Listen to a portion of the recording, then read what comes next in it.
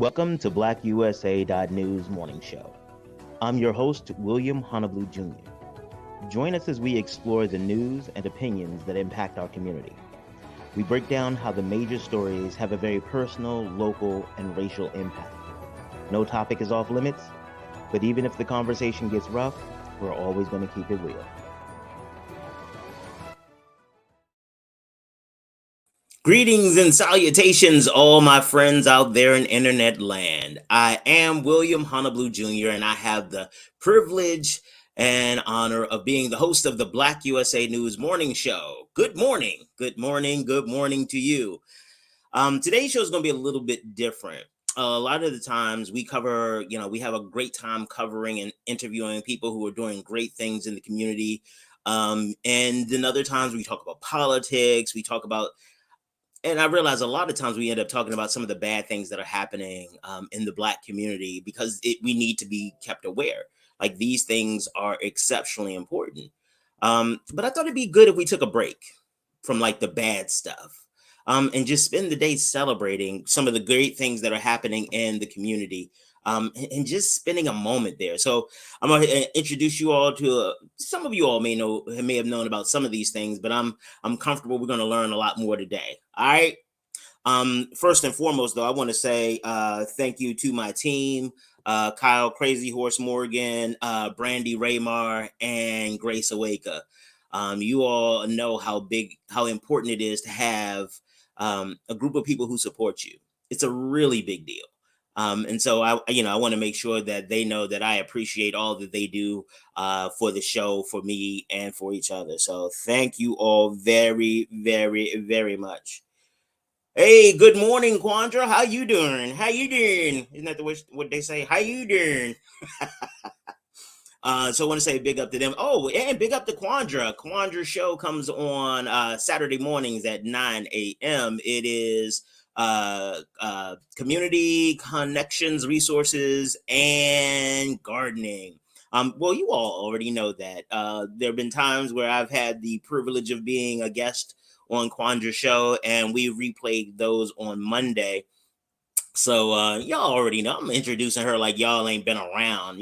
Some of you may not have. So yay, Quandra.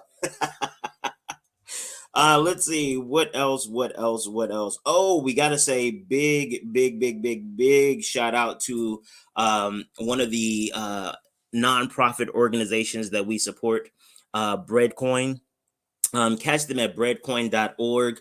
Breadcoin is an amazing organization. It is an alternative payment system that takes your donations and the donations from people like you, and they put them together so that people can eat. When they get donations from their contributors, they put that amount against the breadcoin, these coins that they've minted, these breadcoin. Right now, each breadcoin has a value. I think it's about $2.50 a coin.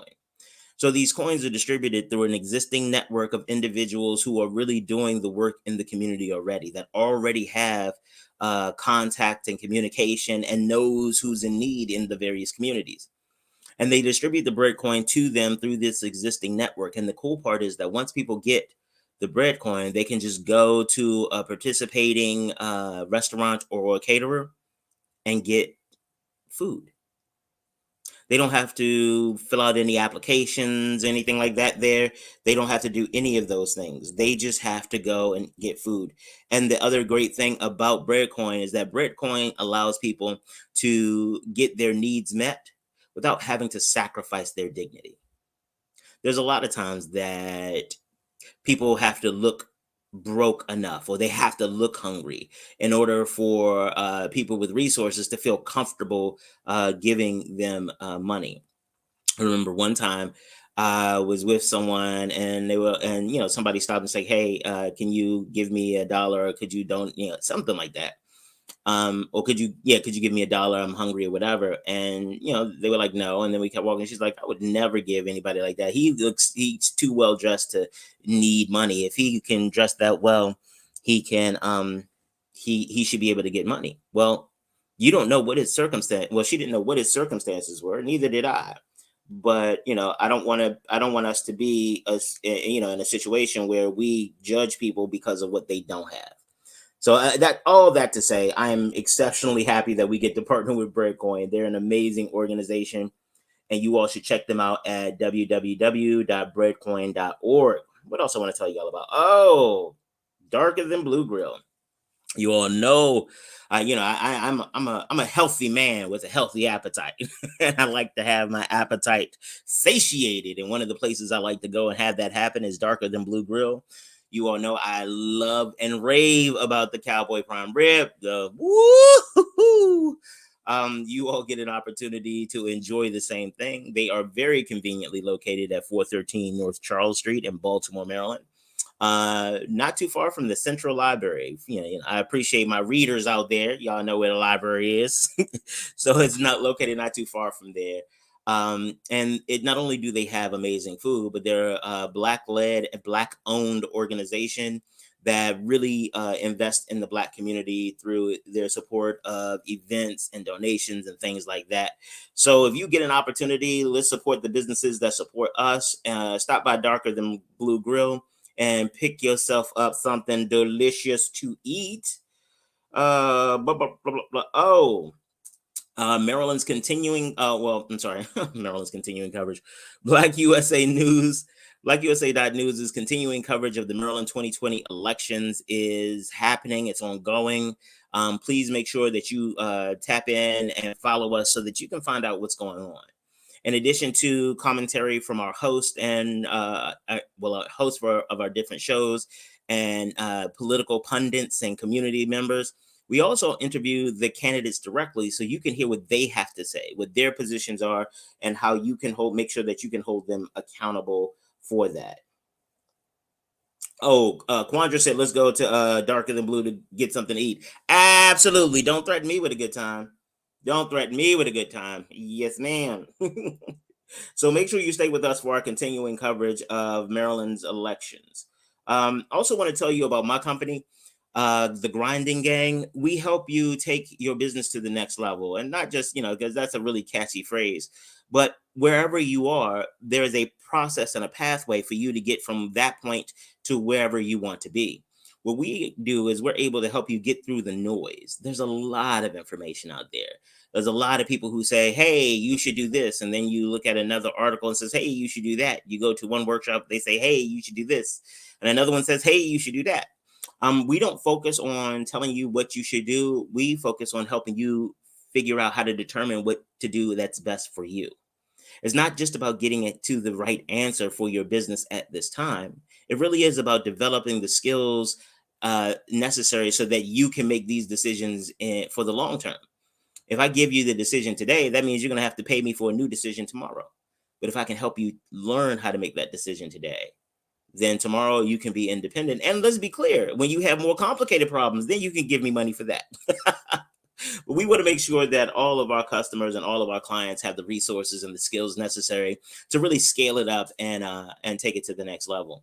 I do the primary consulting because I am amazing at business, but I have a cadre of incredible consultants who range the gamut from doing nonprofit work, from doing operations, administrative work. They are amazing, and you'll be seeing a lot more of us in the community as we have some new plans for the folk. New plans. It's gonna be awesome. It's gonna be awesome. You know what? It's not going to just be awesome. It's going to be awesomer. All right, let's see. What else is there? Oh, you know what? Let's get to the good news. Y'all ready to get to the good news? Let's get to the good news.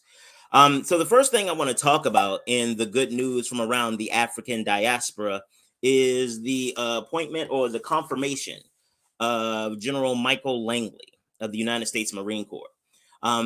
General Langley is the first, hear this, the first 4-star general in the United States Marine Corps history. Now let's be clear. The United States Marine Corps has been around for 246 years, and he is the first 4-star general in the Marine Corps. And I wanted to talk about this because a lot of times, especially when we look at some of the things that have been happening in the military, and the way that, the military has been used to around the world, it is important for us to remember that there are still firsts happening in the military. After 246 years, this is the first time that there's been a 4-star general nominated by the executive and confirmed by Congress. And I want to talk a little bit about, actually, what I'm going to do is that, in deference to his military record, I'm just going to read from his official bio so you all can understand the caliber caliber of Marine, of leader that this man is. So let's go. Lieutenant General Michael E. Langley, this was before he was confirmed, assumed the duties of Commanding General Fleet Marine Force Atlantic and Commander Marine Command and Marine Forces Northern Command on the 3rd of November, 2021. So that means that, like, they gave him the command of the Marine Fleet last year, before he became a 4-star general. He's a native of Shreveport, Louisiana, and he graduated from the University of Texas at Arling and was commissioned in 1985. He commanded at every level from platoon to regiment, including Battery K, the 5th Battalion, the 11th Marines in support of Operation Wildfire in the Western United States, battalion and regimental commands in the 12th Marines, followed the forward deployment in Okinawa, Japan, and both the 201st Regional Corps Advisory Command Central and the Regional Support Command Southwest in support of Operation Enduring Freedom in Afghanistan. So this dude was, he's been in charge of protecting domestically us from wildfires and internationally in our wars and enduring freedom, and enduring freedom. As a general officer, his command assignments included Deputy Commanding General 2 Marine Expeditionary Force and Commanding General 2nd Marine Expeditionary Brigade, Commander Marine Forces Europe and Africa, and Deputy Commanding General Fleet Marine Force Atlantic, and Deputy Commander Marine Force Command and Marine Force Northern Command. Now, you all can clearly say I am not a military man. I absolutely respect the military. I have several family members who are in the military. And, for a long time, I wanted to join. Wasn't sure that I'd be a Marine. I probably would have been in the Army. And to hear, to just read through his resume, and not even the resume, the list of commands, it reinforces why I'm happy that we did this segment today. Because this guy is part of Black history. And that's the funny part. A lot of us, a lot of Black people, not can't say us, but a lot of Black people who end up making history, they make it kind of on accident. Quandra, you're so funny. Quandra says, hoorah. They tend to make it on accident. It's not like, hey, it'd be really cool, I want to go out and make history. Most of the time it's like, hey, it'd be really cool, I want to go out and do the right thing. I want to go out and I have a passion for creating, or I have a passion for serving. And many times, and I hope this is one of the things that people can take away from the stories that we're going to cover today, and especially stories like General Langley, is that his accolades didn't come just because he's a great leader. It came because he dedicated himself to service. I am an avid believer that the solution to any problem, even your personal problems, can be found in the question, how do I help one person? How do I go and I support one person? Because what I've found is that when you focus down on one person, you think of practical solutions. If you have a problem in your life that you want to fix, find somebody else that you can help with a similar problem in theirs, because that is the way that people talk about, like, paying it forward and stuff like that. Not just paying it forward, it's an opportunity for you to learn, and to learn through service. Who was it that said service is the rent we pay? Service is the rent we pay for living on this world. He has dedicated himself, and his career has been about service, about leading others into places of danger to protect the rest of us, to provide a blanket of safety for us. That's what he did. And in the process of following his call, following his commitment, he made history. And again, it's not an easy history. Let's take a look at it. In 1948, President Harry Truman opened up the army and to members of all races without any discrimination. So the military has been opened, theoretically open for business for about 70, 80 years. And in that time, there has never been, and again, so there's a whole history before they even thought that was a good idea. So since 1948, this is the first time. So in 70, 80 years, this is the first time that African American has risen to the rank of 4-star general. Now, one of the things that there are people who say, well, it's not systemic, it's not racism, it's not systemic racism, it's just happenstance, or it's just, hey, they didn't have enough background or blah, blah, blah, and that's why. But one of the things I want to remind you of, if you do not believe in systemic racism, that's okay. But what it means is that if you do not believe in systemic racism and you look at the outcomes and see the disparity, that means the only other explanation is that you believe that that racial groups are inherently superior or inferior. Let me explain. If you look at General Langley, him being the first ones in the Corps' history, first 4-star general, Black 4-star general in the Corps' history. If you look at that fact and you say, well, it's just because African Americans, they weren't qualified to meet they didn't meet the qualifications. Well, that means that you believe that in the intervening since 1948 to 2021, there has never been an African American who was qualified. Yet there have been several white individuals who have been qualified. So that suggests that by definition, you believe that if it took them this long to get qualified and all of this is meritocracy, then that means that you believe Black people were not worthy until this one person right now.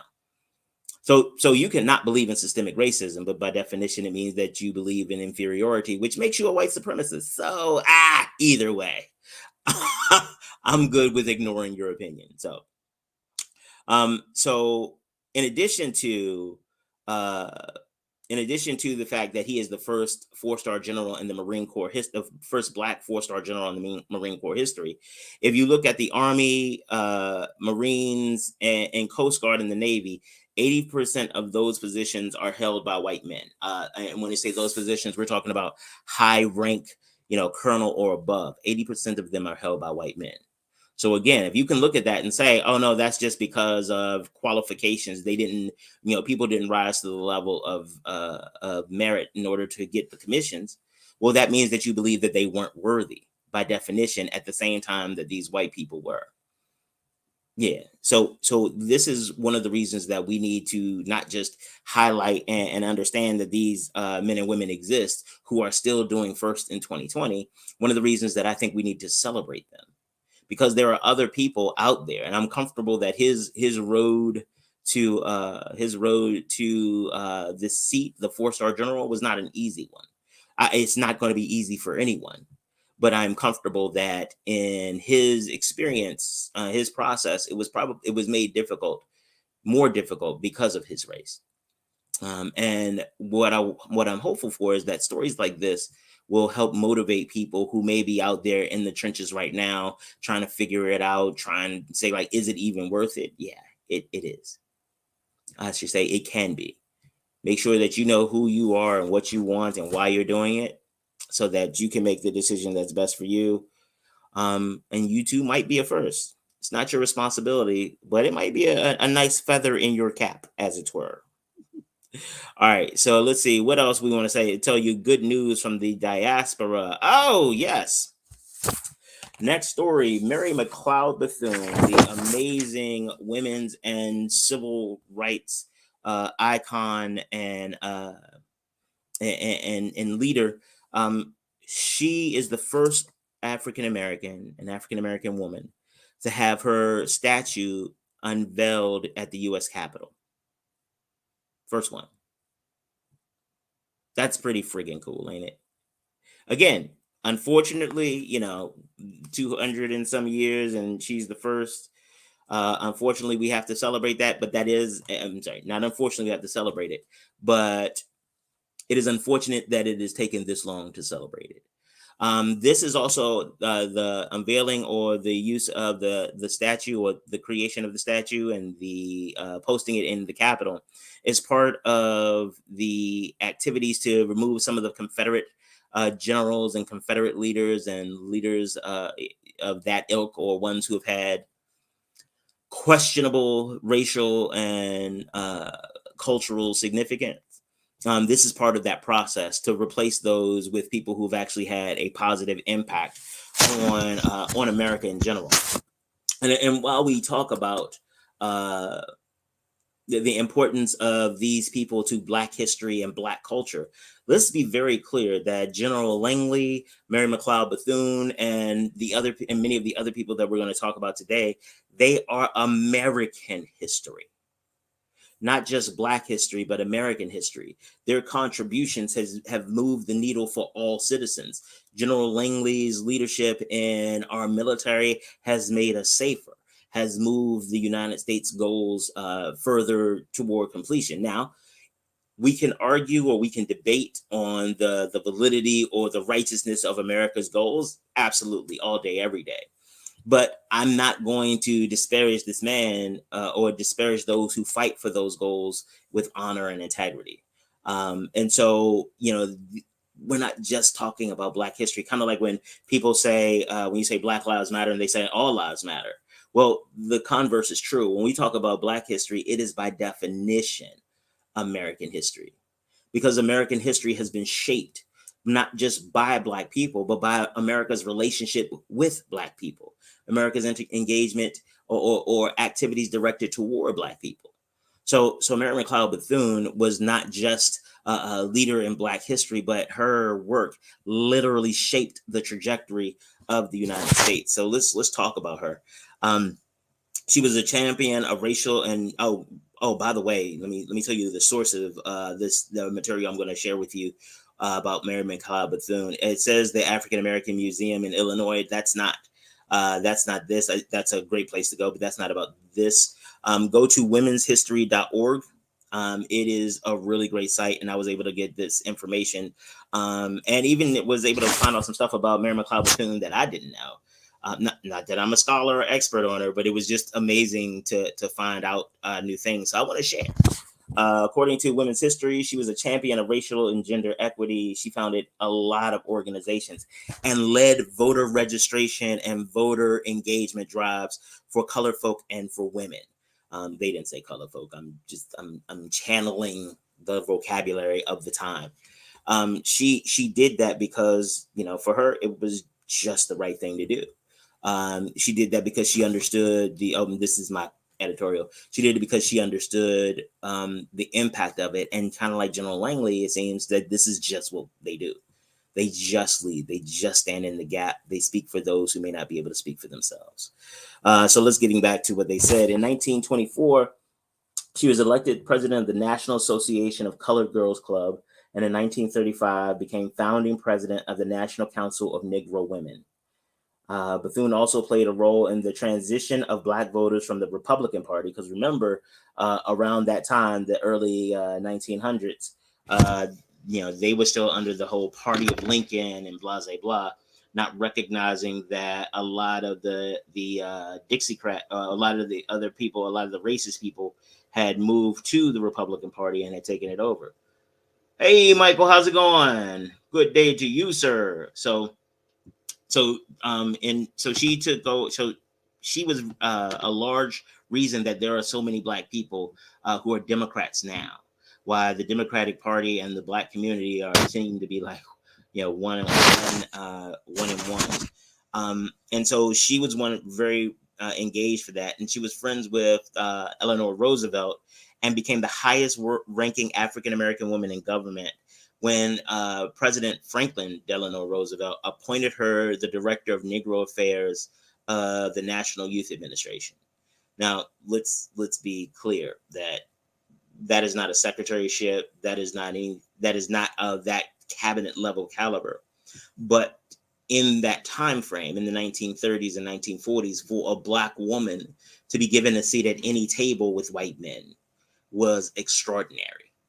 She was so incredibly ahead of her time. She was a force to be reckoned with. True that. She also organized the Conference on the Problems of the Negro and Negro Youth, and fought to end discrimination and lynching. Speaking of opportunities to end lynching, our guest Tiffany Fisher is going to be back soon. So I just wanted to plug that real quick. I want to make sure you all know about that, because she's a wonderful guest, and she and her people do a lot around anti-lynching and Black history. So I just wanted to plug that while I was thinking about it. In 1940, she became the vice president of the National Association for the Advancement of Colored People, NAACP, and she was the vice president until she died. She left this earth in that post, and she was amazing at it. Let's see what else. In 1945, she regularly wrote for the African American newspapers throughout the nation, including the Pittsburgh Courier and the Chicago Defender. And she is notable also because she founded Bethune-Cookman. Bethune-Cookman came out of the HBCU movement, and it has set the tone for Black HBCU excellence and has been a highly ranked university since its founding.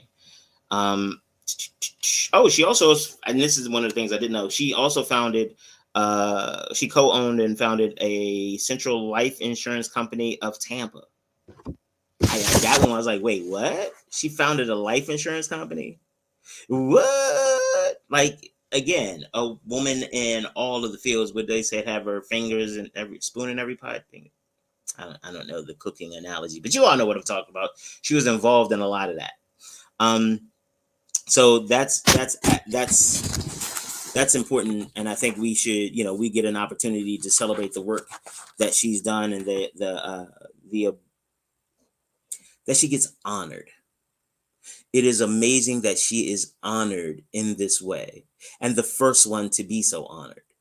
It symbolizes, to me at least, my thoughts are that it not just symbolizes the hope that we should have, but again, that leadership and accolades, if that's what you're after, it comes through service. This is what she did. She went out and she fought. She saw something she believed in, and she just put her efforts to it, and quite considerable efforts. And again, don't expect you to be Mary McLeod Bethune. Hell, don't expect me to be Mary McLeod Bethune. But in each of our ways, she could not have been her if there weren't other people around her doing them. We are part of a larger process. We are part of a grander design, and we need to make sure that we are doing our part so that other people can do theirs. All right, so let's see what's happening next. What do we want to talk to you next about? I need to share this one with you. Elena's last name, that's her middle name, Annalie Wicker. Now, she is just 13 years old. Just 13 years old, nothing too serious. Yeah, the good old days of 13, where, you're running around dealing with all your pubescent stuff and stuff like that. But there's a little bit different about her than it is about some of the rest of us when we were 13. At 13, she's a college junior. Yeah. She started college last year at the ripe old age of 12. And in the interim, she did her first and second year in that 1 year at 13, and has just received the University of Alabama at Birmingham has given her admission to their med school in 2024. She is the youngest Black medical student in U.S. history. Well, she will become the youngest Black med student in U.S. history. She is amazing. She has completed half of her undergraduate requirements at Arizona State and Oakwood University in the past year. She went through this program called the Burroughs Wellcome Scholars Early Assurance Program. And through that, she has been accepted to the University of Alabama at Birmingham Hersink School of Medicine.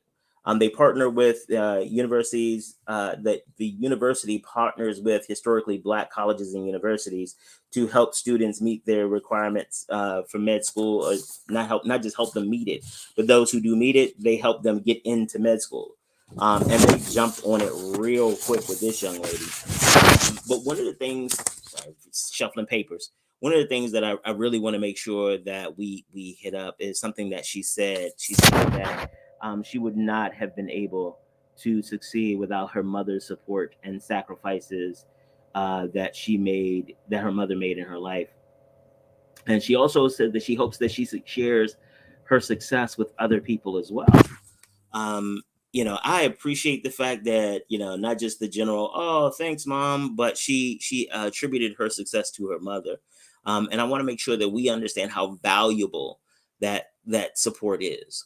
There are times where, and I know some of our kids are not grateful all the time. Some of them are entitled because they don't even know how bad it could be, because you have done such an amazing job of making sure that they have a life that they deserve.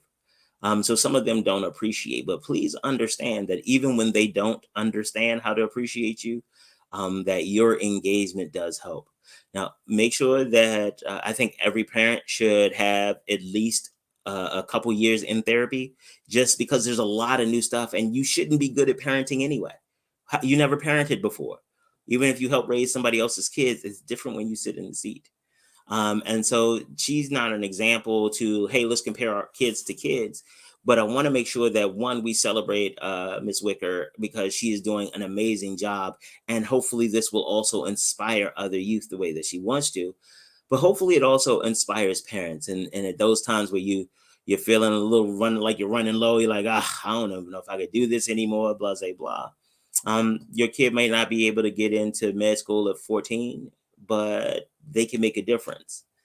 And yeah, that's all. I'm happy about this story.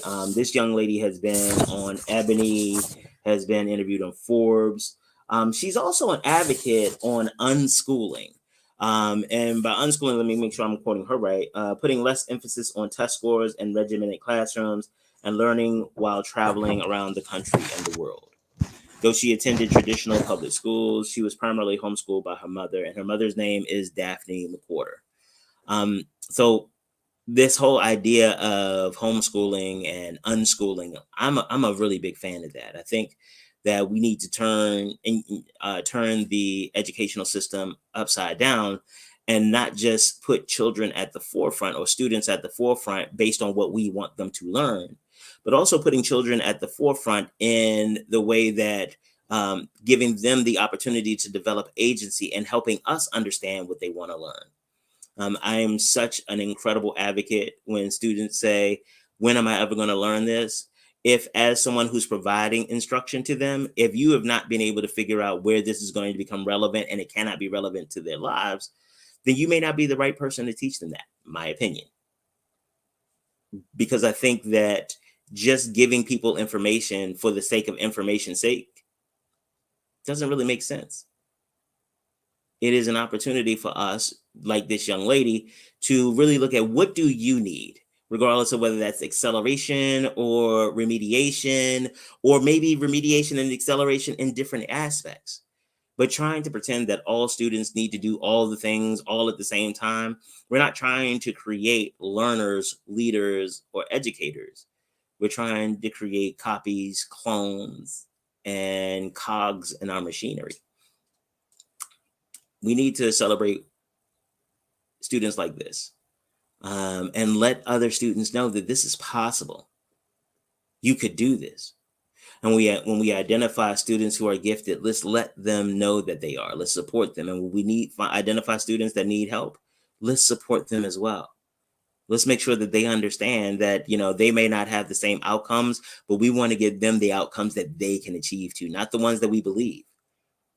I know we have a lot of stories out here, and we've heard some of them on this show, about guidance counselors who tell you, I don't think you have what it takes for that. I don't think you have what it takes. And I know, including myself, a lot of our trajectory was changed because of that type of feedback from a guidance counselor. I wanted to take the SAT again. Let's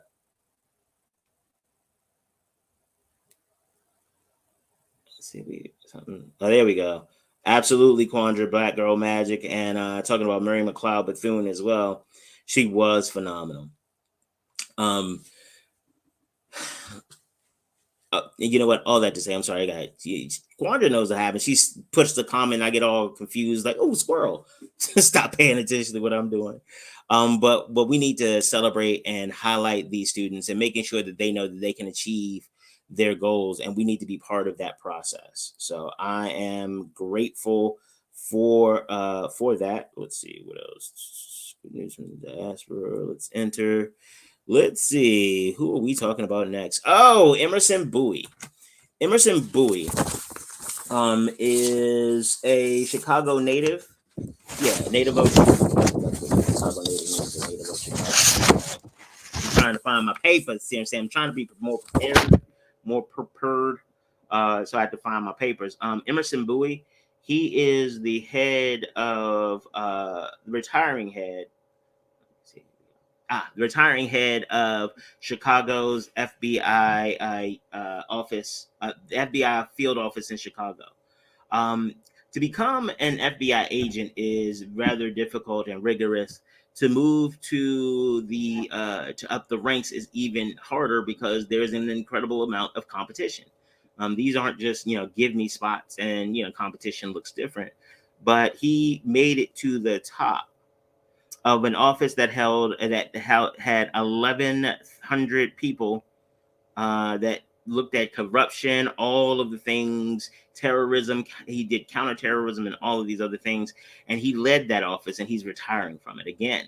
This is an opportunity to celebrate what our people have done. And by the way, he is retiring at 56 years old. I know law enforcement has a different time frame, but at 56 years old, he's retiring. He has done the damn thing and has put his name in the map. And again, he said, it was never my intention to make history. One of my major goals was to make sure everyone had access and everyone had a voice. Kind of going back to what I was saying, he focused on making sure that people had a voice. He focused on helping people, and that's how he got to his level of success. He was actually born in Inglewood in Chicago. So this isn't, this guy who moved around or whatever to come back. He came back to his hometown to make sure that it was safe, that he could contribute to making his neighborhoods and his environment safe. And he's done a lot. Let's talk about his life before he got to the FBI. He actually was in sports. He was the captain of the football team. But the interesting part is that he was not only captain of the football team. Before he became captain of the football team, he was captain of the math team. A lot of times we tend to look, especially at our Black boys, we look at them as being either or. Either they're great in athletics or they're great academically. Very seldom do we even conceptualize the two meeting. But here's an example of a brother who was great at both, and it led to his not only his decision making but his ability to be here or to get to this level of performance. He graduated from Lindblom High School and went to Western Illinois University, and he actually also served in the Army during Operation Desert Storm. So he is, again, dedicated his life to service. He has been, when he went to, after he got out of the military, he joined the FBI, and I think it's 92. Let me see. 92. And he spent 30 years with the agency in Colorado Springs, Washington, D.C., Springfield, London, El Paso, and finally Chicago, focusing on national security, counterterrorism, and corruption. Chicago has had a lot of emphasis on managing corruption or handling corruption and having significant crimes. His office, he was the one to secure the indictment for Chicago's longest serving alderman, Ed Burke, and had a case go well against former Illinois House Speaker Mike Madigan. So again, not afraid to take on the big boys, take on powerful people. He has done that, and he brought it to Chicago. And I know a lot of people are gonna be like, well, man, he may have done all that, but what about all the crime and gun violence in Chicago? Well, that's a joint issue, a joint coordinated issue. And if you're saying that about him right now, while we're talking about how good he did, then to hell with you. You're missing the entire point of the celebrating the diaspora. And I bring that up because I had that conversation with somebody.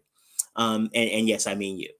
And so highlighting and celebrating the fact that he is doing these things, that he has done these things, and that he has kept us safer with, focusing in on counterterrorism. Because while there's gun violence in Chicago on the streets, I would prefer, and not that I prefer one or the other, but I'm glad that there is somebody keeping bombs from going off in downtown Chicago.